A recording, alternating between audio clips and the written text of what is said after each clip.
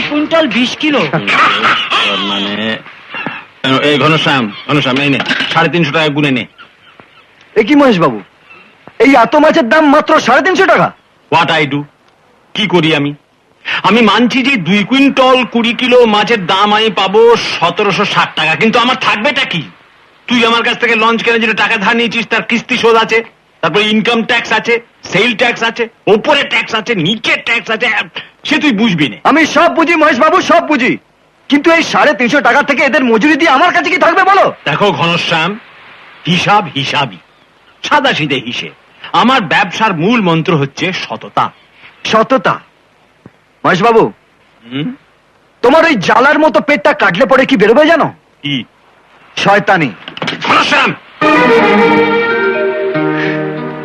আমার পেট কাটলে তোদের পেটের কি হবে রে?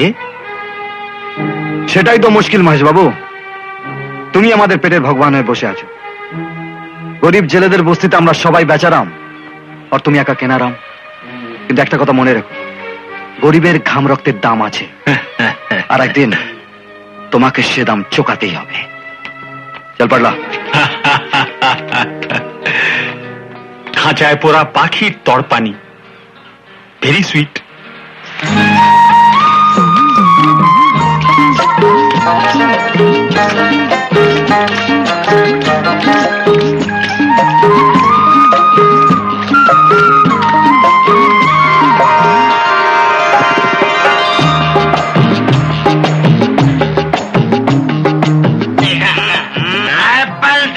আরে তোকে কতবার বলেছি আমার নাম পল্টা না, আমার নাম পটলা। একই কথা। আমার বোতল ফাঁকা হয়ে গেল,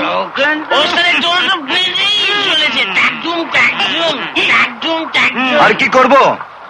তোমাদের মতো মালকে মাতালে পড়ে থাকবো? অকম্মার দল শালা। তুমি যা ইচ্ছে তাই বলো, কিন্তু অকম্মা বলো না, মনে দুঃখ পাই। কিরে একা একা হাসছিস কেন? না মা, এই দেখ আমাদের গাছের লাউ কত বড় হয়েছে। বাহ, বেশ সুন্দর। মা, ঘনশ্যামদের বাড়ি থেকে কত কিছু আসে, আমরা তো কখনো কিছু দেই না। আমাদের কি বা আছে আর কি বা দেবো মা? মা, এই লাউটা দিয়ে আসি। যা দিয়ে আয়, যা।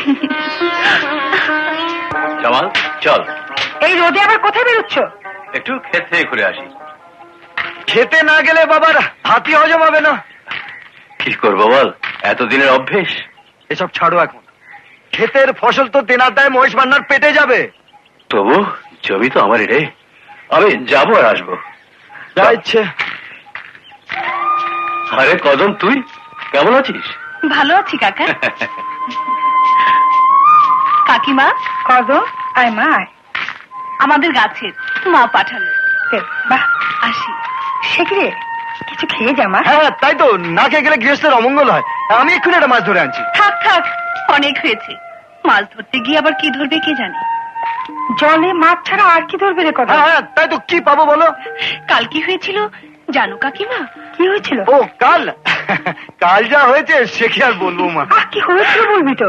কাল, হ্যাঁ কাল আমি ওপরওয়ালার কাছে একটা আর্জি করেছিলাম। আর্জি? কিসের আর্জি বাবা? একটা সুন্দর সাজানো ঘরে। আর জানো মা, ওপরওয়ালা আমার আর্জি মঞ্জুর করে নিয়েছে। কি বলে গেল বাবা? জানি না, কিচ্ছু জানি না।